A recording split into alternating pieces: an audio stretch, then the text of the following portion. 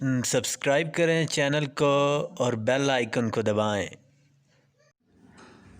امام کعبہ شیخ عبدالرحمن السدیس ایک واقعہ بیان کرتے ہوئے رو پڑتے ہیں کہ ایک بچہ ہم عمر لڑکوں کی طرح بہت شرارتی تھا۔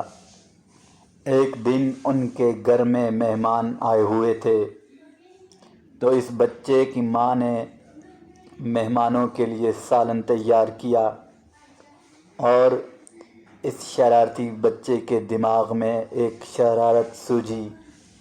اس نے سالن میں مٹی ڈال دی، اور جب اس کی ماں نے سالن میں مٹی دیکھی تو اپنے بیٹے کو بددعا بلکہ کہا، جا یہاں سے چلا جا، اور جا تجھے اللہ کعبے کا امام بنائے۔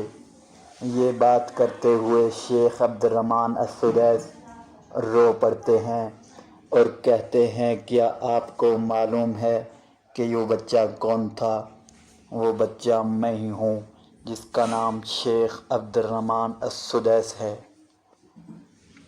اور یہاں پر انہوں نے ماؤں کے نام ایک نصیحت بھی کی کہ کبھی بھی اپنے بچوں کے لیے بددعا نہ کریں، شاید جب آپ بددعا کریں وہ وقت قبولیت کا ہو، اور اگر بچے آپ کو ستا رہے ہوں تو آپ دعا دے دیں اور وقت قبولیت کا ہو اور وہ قبول ہو جائے۔